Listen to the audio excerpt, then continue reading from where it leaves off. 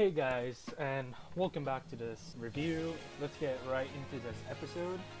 So this episode, I really enjoyed it. There were minor gripes that I had, but I'll get to that.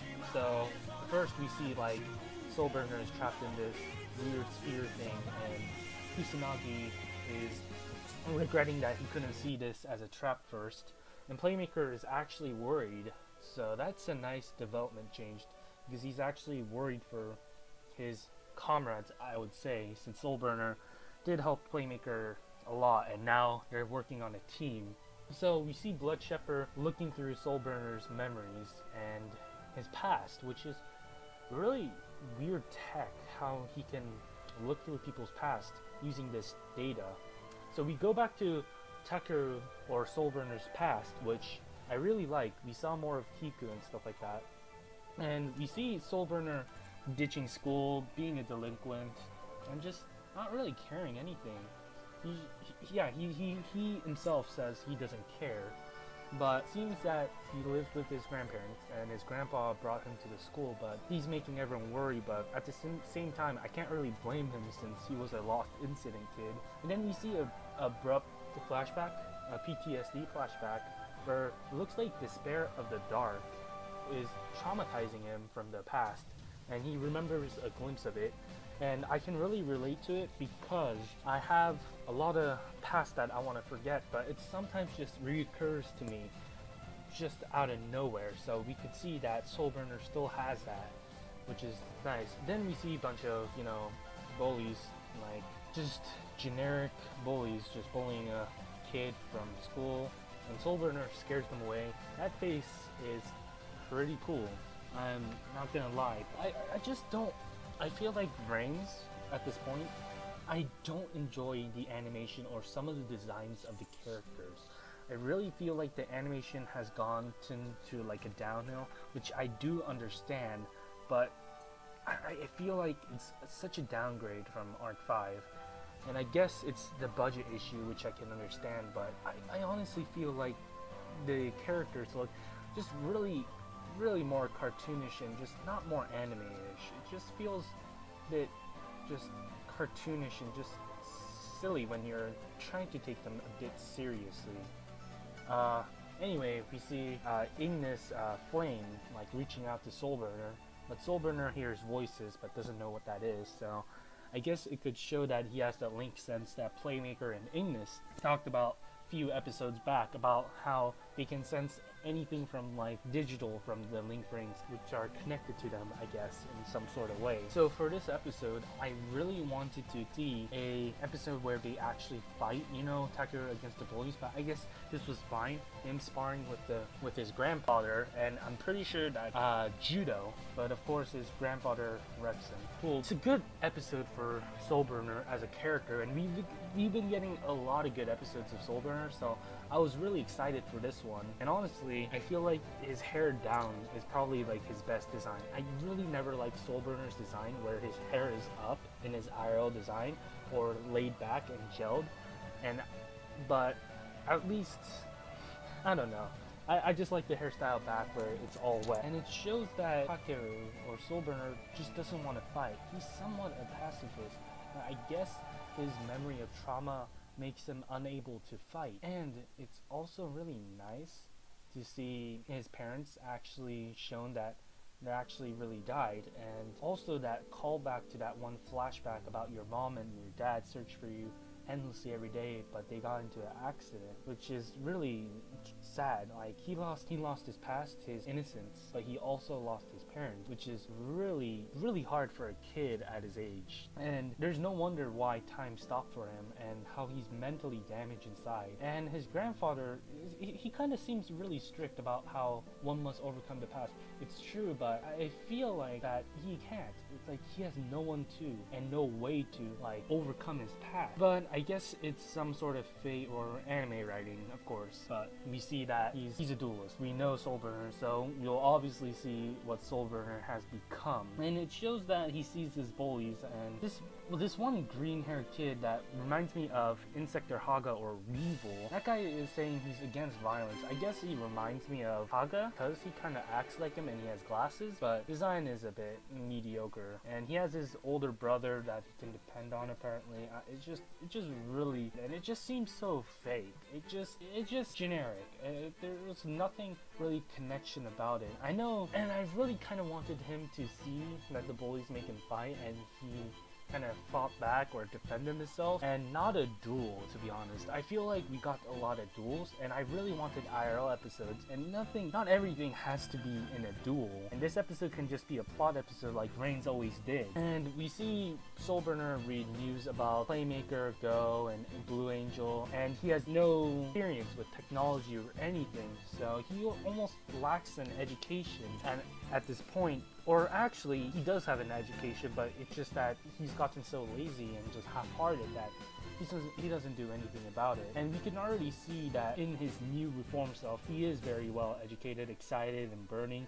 But in this self, very different, which I really like the side of himself. So he finally meets Flame, Ignis, and he's afraid of ghosts. And Soulburner and I talks about current events, about how he's a lost and sitting kid and Playmaker. Another lost and sitting kid is fighting to get past back, or fighting his past for his future, I guess. But then we briefly see that Kiku's friend went to Soulburner or Takeru, which okay, I have to tell you, Kiku's friend, that animation of her eyes, that is downright creepy. That is, I honestly don't know what they were thinking on the animation with those eyes. Those eyes are damn creepy, and I feel like, why can't you make pupils of her? Is she being possessed? Is she from a horror movie or something?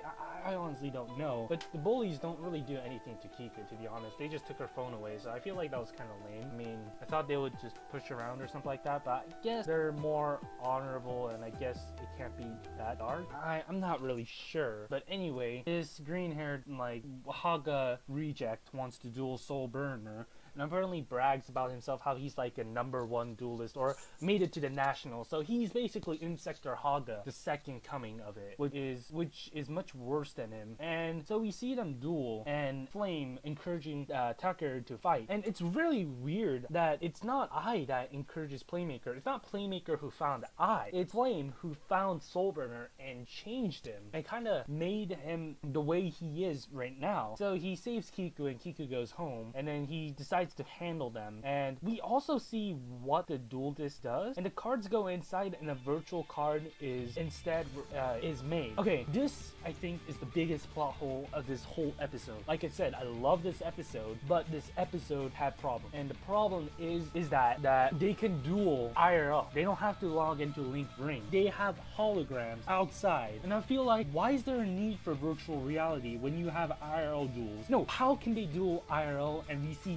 no one dueling IRL? This is impossible. I guess this is a flashback and there was some budget, but still, this is a huge plot hole for the episode. Or I feel like, or hopefully they incorporate this, but they will probably never even mention what this plot hole was, or how they can duel IRL. So we see this Insector Haga is not a total Insector Haga reject. And to be honest, his name is a pain in the ass to say, so I'll just call him Insector Haga the second, or the reject. And he uses a zombie deck, which is really, really weird. I mean, I guess he's supposed to be creepy, so they use zombie deck. So he uses these plague wolves and he summons them.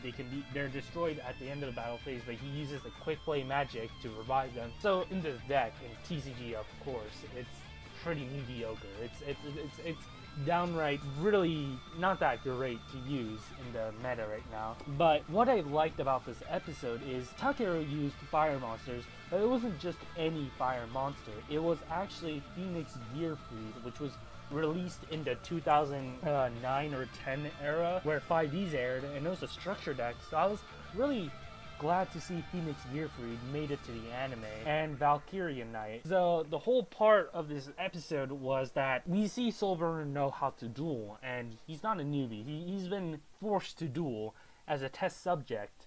So it's kind of weird that he didn't defeat this this bully like really quickly. So I guess it shows that this Insector Haga reject is actually a skilled duelist, or actually decent enough for him not to OTK him. But I really don't like the Insector Haga reject attitude about like how he's joking about he's scared.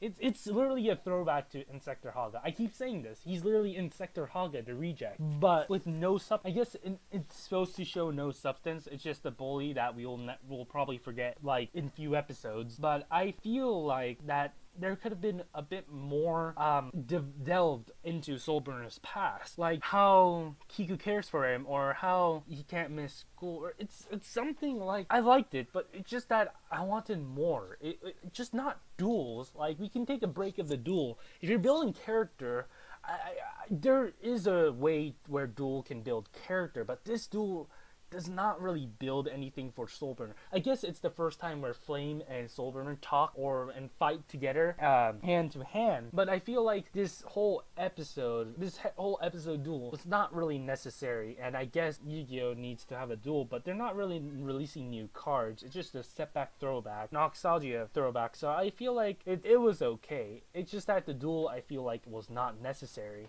And also, for the whole Despair of the Dark, I was actually correct, as the final shows that the Insector Haga reject summons Despair from the Dark, which is Soulburner's main reason for PTSD in monsters and ghosts or anything. Apparently in the machine, that Despair of the Dark was a monster he couldn't overcome. And recently, I actually tried the VR equipment. So I played some horror games on the VR equipment, and it actually is pretty frightening for me. Even, I know in reality it's not there, but it actually does feel real. So for a kid to have a VR equipment that he's not used to, and be shown these horrific images, kind of like a duel, and as a test subject, you can see how they do actually have PTSD. This actually makes sense. To actually try the VR equipment, like, it's actually understandable why these kids would have PTSD. And I think I understand them a lot more, how deadly and how scary the kids must have felt. But anyway, that is the end of the episode, and I'll go to the preview. The preview made me a bit hyped for Blood Shepherd's character, and what I mean is that Blood Shepherd is not half-hearted. I thought that he would have some remorse, or some feeling, or some sympathy about how he was tortured as a kid from 10 years ago, but Blood Shepherd is the opposite. And like Kusanagi said, Blood Shepherd is unfair in English. And in the preview, it shows that Blood Shepherd summons Despair of the Dark to use that against Soulburner's PTSD, to bring back PTSD and win it, which is really messed up if you think about it. I guess when he said about Emma, like, he has no emotion and he's a professional and he doesn't put any emotion when doing his job, and he will do anything for the money. He actually is. He actually does it. I mean, he actually does anything for his goal.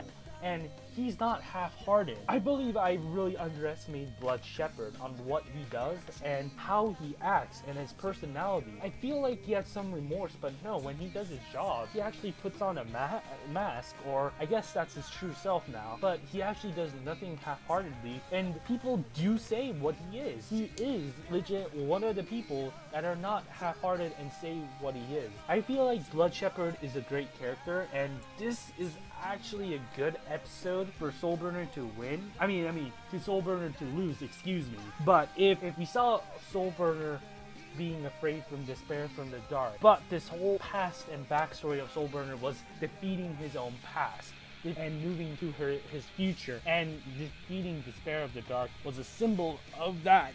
But it's shown up again to really destroy Soulburner as a human being and experience his fears once again. But this whole sets up on Soulburner will triumph and defeat his fears and come out top, which in a way, this is what the episode shows us and the result. And it's pretty obvious that Soulburner will win.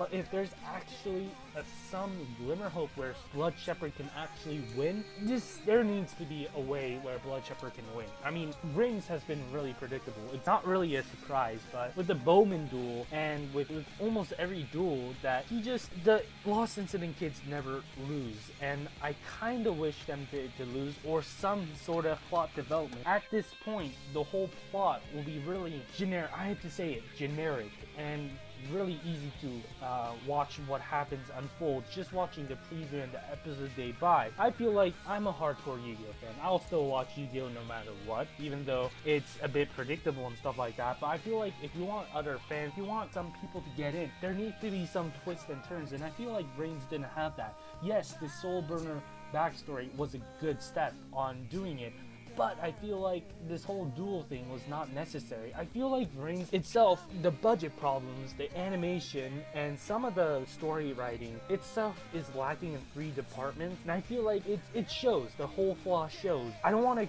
compare it to Arc 5, but in my opinion, Arc 5 had much better animation. And to be honest, people complain the animation about bad animation in Arc 5, and to be honest, I really can't complain about the animation in Arc 5 anymore. And I know I'm being too hard on Vrains, but no, I really love Vrains, and I really wish more for it. And that's why I'm kind of asking what I wish and what would make Vrains a bit more enjoyable to others.